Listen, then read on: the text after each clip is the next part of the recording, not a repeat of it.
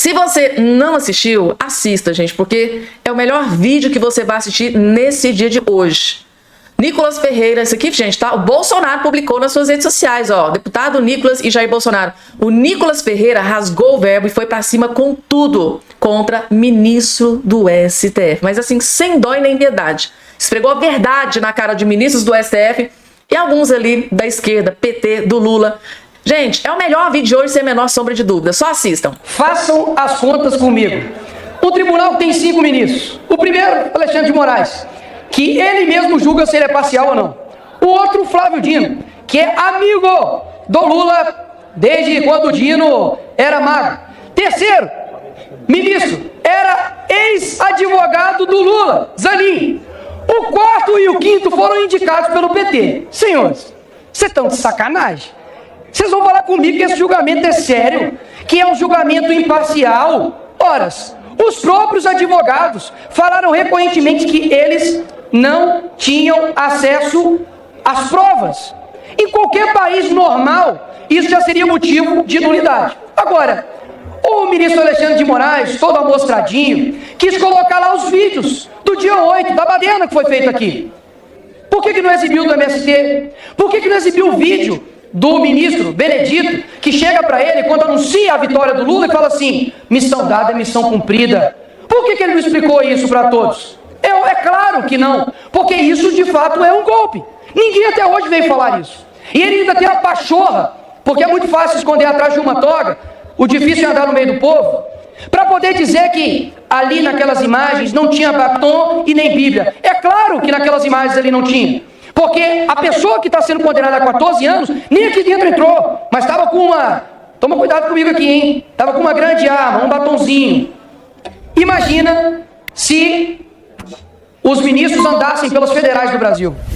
É pichação para tudo quanto é lugar. E outra, não eram vocês mesmos que defendiam que pichação era liberdade, né? É tudo bem fazer isso. E agora quer condenar essa pessoa com 14 anos? Vou falar uma coisa para você aqui que eu não estou falando para eles, porque eles, meu filho, é só o Espírito Santo para mudar mesmo. Agora, eu falo para você, brasileiro, que tem no mínimo 2 neurônios. Não precisa gostar do Bolsonaro. Não precisa achar que para poder estar do lado dele, você tem que, enfim, gostar do outro. Agora, seja justo. É inacreditável você falar que esse cara vai para a cadeia porque ele tentou dar um golpe fictício lá dos Estados Unidos, enquanto não tem nenhum corrupto do Lava Jato preso, enquanto não tem nenhuma pessoa que comete crimes sérios nesse país, como no PCC e no CV, estão sendo soltos pelo STF. É inacreditável a vergonha que se tornou o STF. Vocês, sim, são os covardes e têm manchado a história desse país. Vocês podem ficar calmos, tenham paciência e um dia nós venceremos. Obrigado, presidente. E aí, gente, tá? Um dia nós venceremos. Qual foi o recado que o Nicolas Ferreira mandou aos ministros do STF com essa fala, gente? O que ele quis dizer com essa frase? Um dia nós venceremos. Coloca aqui embaixo a sua opinião. O que o Nicolas Ferreira quis dizer com essa frase? Um dia nós venceremos. Gente, faço questão de fazer plantão para ver a sua opinião aqui embaixo. Aqui com as informações... Jair Messias Bolsonaro, gente, agora acabou de se pronunciar sobre aquela treta, tá, com a Carla Zambelli, porque ele participou de um podcast aí alguns dias atrás e ele afirmou que aquele acontecimento, né, da Carla Zambelli indo armada atrás de um cara ali em São Paulo, aquilo tirou a presidência do Bolsonaro. Aí aquilo teve repercussão, Carla Zambelli ficou bastante chateada, magoada, né, com a fala do Bolsonaro, e hoje ele voltou a mencionar sobre essa questão, gente. Olha o que ele acabou de falar sobre Carla Zambelli. Eu gostaria, gente, tá, que vocês ouvissem, tá, visse aqui o que o Bolsonaro falou sobre a Zambelli e colocasse aqui embaixo a sua opinião, gente, tá? Se você tá contra, a favor, se você pensa diferente, que se Carla Zambelli merecia mais uma chance ou não, porque ela realmente atrapalhou o momento mais importante daquele pleito eleitoral presidencial, que foi ali, né, dias antes do segundo turno. Segundo o Bolsonaro, atrapalhou demais a campanha dele. Ouçam o que ele disse sobre a Carla Zambelli e coloca aqui embaixo a sua opinião. Vejam só. Presidente, em relação a Carla Zambelli, eu queria lhe perguntar, já tem maioria no Supremo para a condenação da Carla Zambelli, ela que já foi também uma grande aliada do senhor. Como o senhor considera a situação dela e tem mágoa dela? Uma injustiça com a Carla Zambelli. Pelo que eu sei, ela tem porte de arma. Ela não podia estar armada, talvez, né, se ela estivesse a 100 metros de um local de votação. Se bem que não foi no dia das eleições. É por causa do período, 48 horas antes, 24 horas depois. É uma injustiça, um exagero.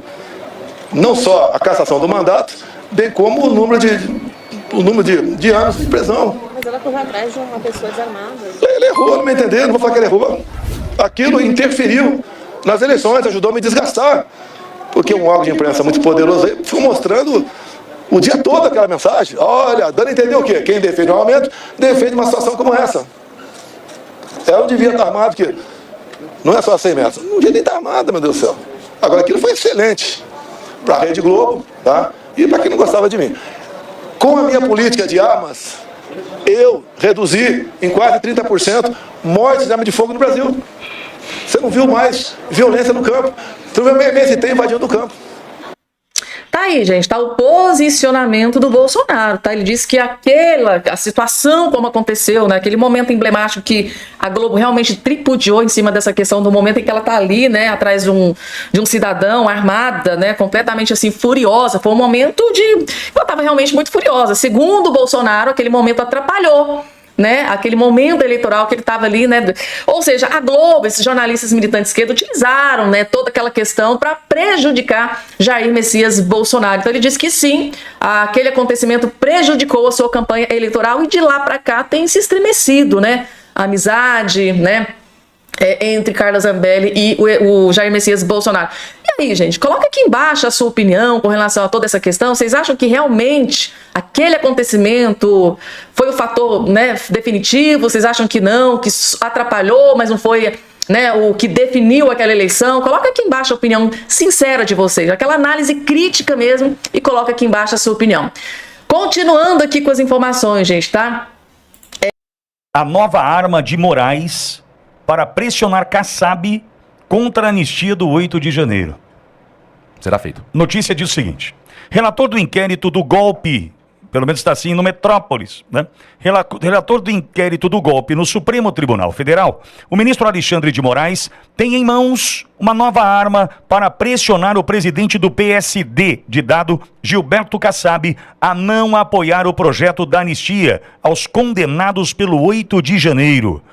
No dia 19 de março, Alexandre de Moraes ordenou que uma investigação contra Kassab por corrupção passiva, Caixa 2 e lavagem de dinheiro, oriunda da Lava Jato, retornasse para o Supremo Tribunal Federal a fim de ser relatada novamente pelo ministro Alexandre de Moraes. O inquérito tinha sido enviado pelo próprio Moraes à Justiça Eleitoral de São Paulo em 2019. Em 2021, a denúncia do Ministério Público contra Gilberto Kassab foi aceita pela Justiça, o que tornou o presidente do PSD, Kassab, réu no caso. Agora, anos depois, Moraes mandou a investigação contra Kassab voltar para suas mãos no Supremo Tribunal Federal. A decisão tem por base a recente mudança de entendimento da Corte sobre a prerrogativa de foro. Pelo novo entendimento do Supremo, o foro privilegiado segue valendo mesmo após a autoridade deixar o cargo ou o mandato em casos que envolvam crimes cometidos durante o exercício da função e em razão dela. O inquérito em questão investiga o suposto recebimento por Kassab de 16 milhões de reais de propina da JBS em troca de apoio político. O cacique diz ter recebido o valor por serviços empresariais prestados quando estava fora do setor público. Nos bastidores, fontes do judiciário viram o novo despacho de Moraes como uma forma de pressionar Kassab e o partido PSD, comandado por ele, a não apoiar o projeto da anistia, conforme lideranças do PSD têm sinalizado. O Metrópolis noticiou recentemente que Kassab se reuniu em fevereiro com Jair Bolsonaro para discutir o apoio da legenda à anistia. O encontro ocorreu no Palácio dos Bandeirantes, sede do governo paulista. É isso aí. Vamos aguardar o desfecho. Por quê? Você entendeu? 16 milhões, apoio, corrupção passiva, Caixa 2, lavagem, JBS, Kassab, anistia. Vamos aguardar para ver como vai se posicionar o partido do Kassab. Acho que aí já vai dar para contar tudo para nós. Rapidamente, só não esqueçam de se inscrever no canal, ativar o sininho das notificações e compartilhar o vídeo o máximo possível que vocês puderem, gente, tá? Agora, gente, tá? Há poucos instantes, o doutor Sebastião Coelho deu uma entrevista, né? Participou aqui de uma live e ele acabou de soltar uma bomba gigante que está vindo direto dos Estados Unidos em direção ao ministro do STF, Alexandre de Moraes. E tem a ver com aquela prisão, gente, tá? Vocês sabem, né? O próprio doutor Sebastião Coelho anunciou que ele recebeu ordem de prisão, voz de prisão dentro do STF, por ordem do ministro Alexandre de Moraes. Esta informação caiu como uma bomba nos congressistas americanos, parlamentares americanos, e o doutor Sebastião Coelho acabou de ter acesso aqui a uma bomba gigante que vai explodir a qualquer momento no colo do ministro Alexandre de Moraes. Acompanhe para vocês entenderem, gente. Vejam só.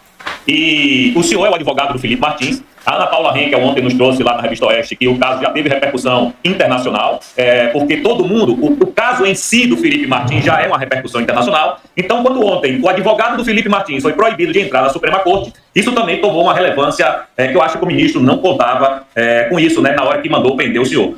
O senhor acha que esse caso em especial ajuda a divulgar mais uma arbitrariedade contra o seu cliente, ou o senhor acha que os Estados Unidos não vão se importar se o senhor ontem foi detido ou não? Bibi, olha, eu digo, começo agradecendo a Ana Paula Henkel e ao deputado Eduardo Bolsonaro. Eles agiram fortemente ontem e esse caso vai somar a tudo que já está sendo analisado sobre o Brasil. Não tenho dúvida disso, não tenho dúvida. Terá consequência. Agora eu quero dizer, Bibi, o seguinte: Alexandre de Moraes, ele é um criminoso. Vou dizer pausadamente, Alexandre de Moraes é um criminoso. Falar de 43 idosos, quem foi que disse só por 43 idosos? 43 idosos, só mais de 70, só 7.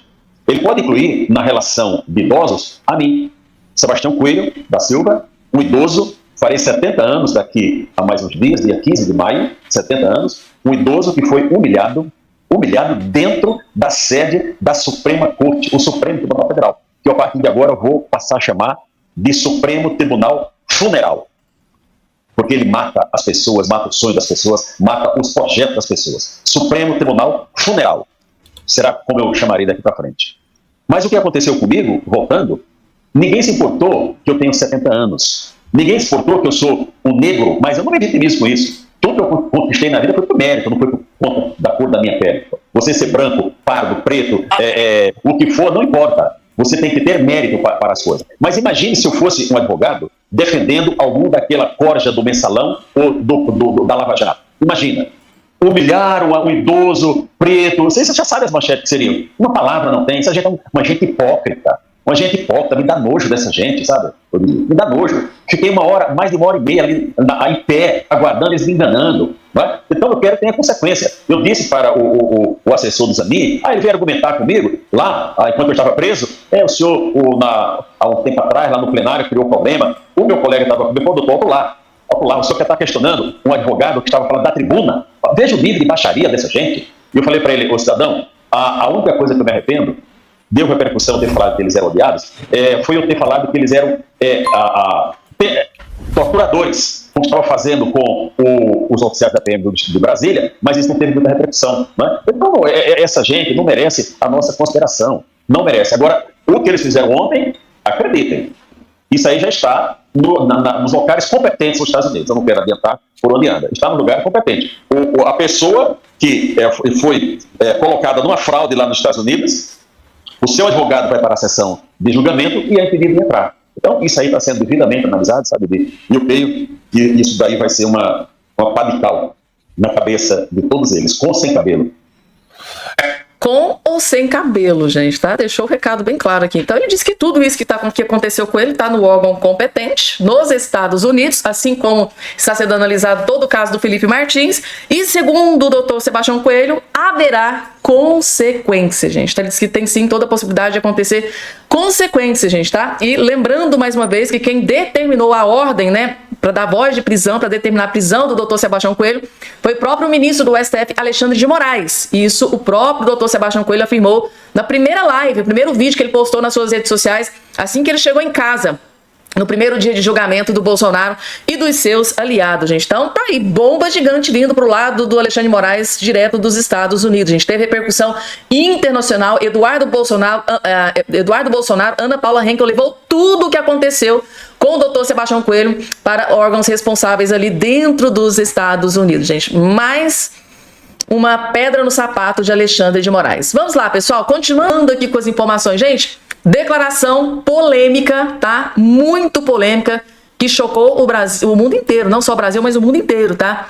Presidente, tá? Presidente da Ucrânia, o Zelensky, tá? Alimenta especulações e diz que Putin, tá? Presidente da Rússia, vai morrer em breve. Ou seja, o presidente diz que vai morrer em breve, o Vladimir Putin, gente, tá? Isso é muito grave. Essa fala do Zelensky chocou o mundo inteiro, gente. Por que é que ele tá dizendo que o presidente, né, da Rússia, Vladimir Putin, vai morrer? Tá aqui, gente, tá? Matéria do portal de notícias Metrópolis, tá? O presidente da Ucrânia, o Zelensky, alimenta especulações e diz que Putin, Vladimir Putin, vai morrer em breve. Por que é que ele está dizendo isso? Vamos entender aqui a matéria?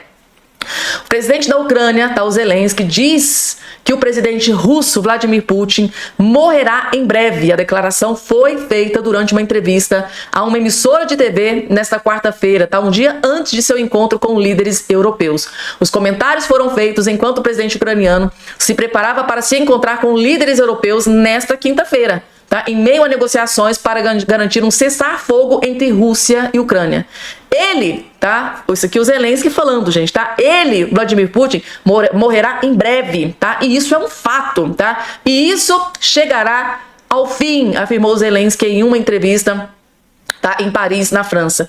Ele afirmou também que Putin teme a desestabilização de sua sociedade. Se eles pressionarem Putin, ele enfrentará a desestabilização em sua sociedade e temerá isso, né? Conta, né, o Zelensky ao se referir aos Estados Unidos e às nações ocidentais. Ou seja, gente, foi uma declaração, tá, que repercutiu no mundo inteiro, gente, tá? Baseado em que o Zelensky tá aqui dizendo, né, que o Vladimir Putin vai morrer. Então, assim, é uma declaração extremamente grave mesmo, gente, tá? É isso, gente, tá? A Procuradoria-Geral da República confirmou que não propôs nenhum acordo de não persecução penal à cabeleireira Débora dos Santos, ré do 8 de janeiro, que manchou com batom a estátua da Justiça localizada em frente ao Supremo. Nos últimos dias, perfis de esquerda divulgaram uma mentira nas redes sociais. Nas publicações, afirmaram ainda que Débora teria rejeitado o benefício oferecido pela PGR. No entanto, o acordo só foi apresentado para quem cometeu crimes que somam pena inferior a 4 anos.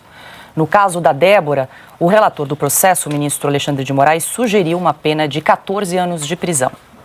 Em nota enviada ao jornalismo de Oeste, os advogados de Débora lamentam a disseminação de informações falsas que apenas contribuem para confundir a opinião pública.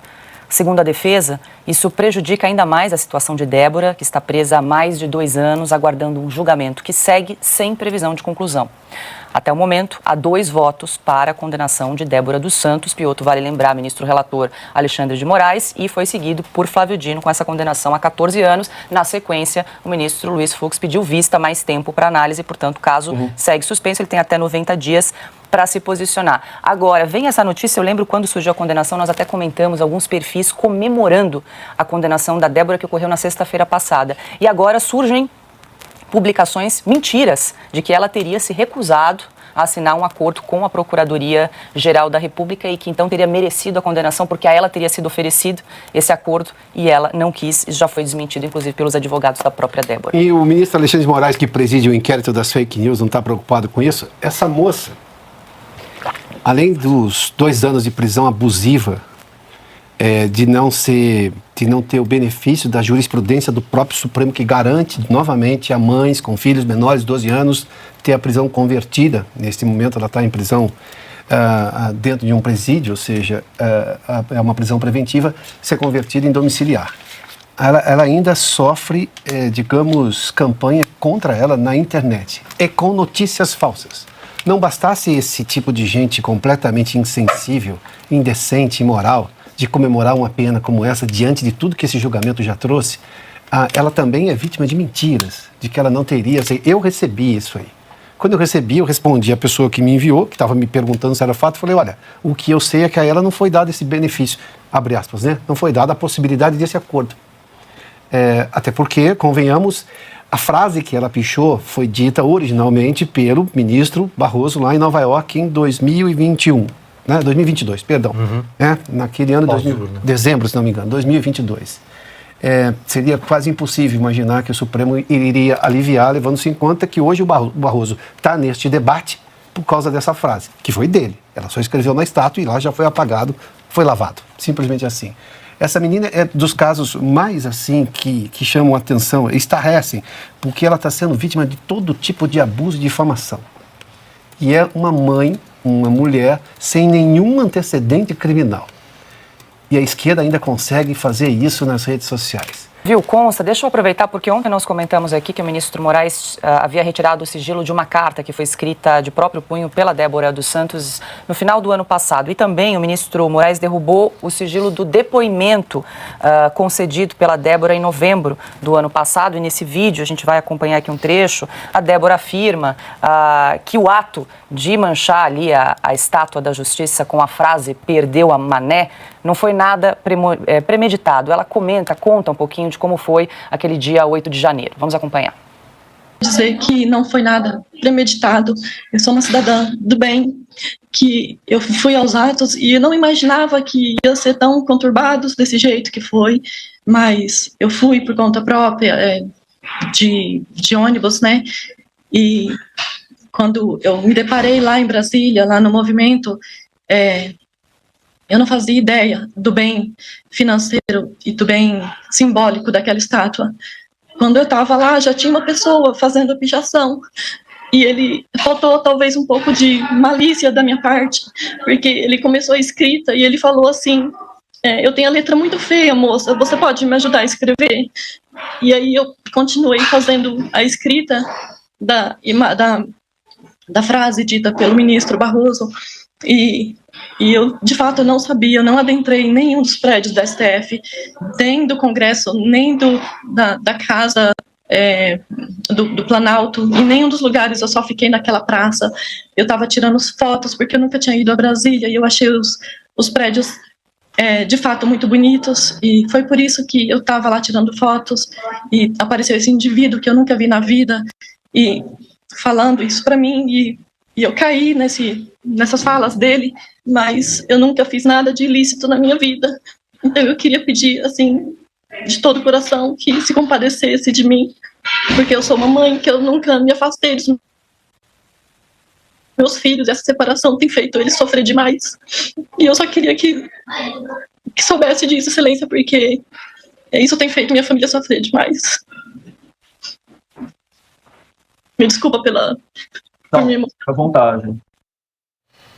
Bom, Consta, acho que o caso da Débora dos Santos, junto com o caso do Clesão, que morreu na Papuda, acho que são dois símbolos dos episódios do 8 de janeiro, né? E eu queria te ouvir, principalmente em relação ao gesto do ministro Luiz Fux, que pediu vista nesse caso da Débora dos Santos, lembrando que já há 2 votos favoráveis pela condenação a 14 anos da cabeleireira. Será que pode haver uma reviravolta nesse caso, Consta? Tomara que sim. Ele deu a entender, né, ao aceitar a denúncia contra o Bolsonaro e os outros réus, que esse pedido de vista foi para analisar com mais detalhe a situação da Débora e, pelo menos, recalibrar a dosimetria. Esse vídeo é de partir o coração de qualquer pessoa que tem um coração. Se foi o próprio Alexandre de Moraes quem liberou o vídeo, eu não sei, mas apenas corrobora, né, a tese de que estamos lidando com um psicopata.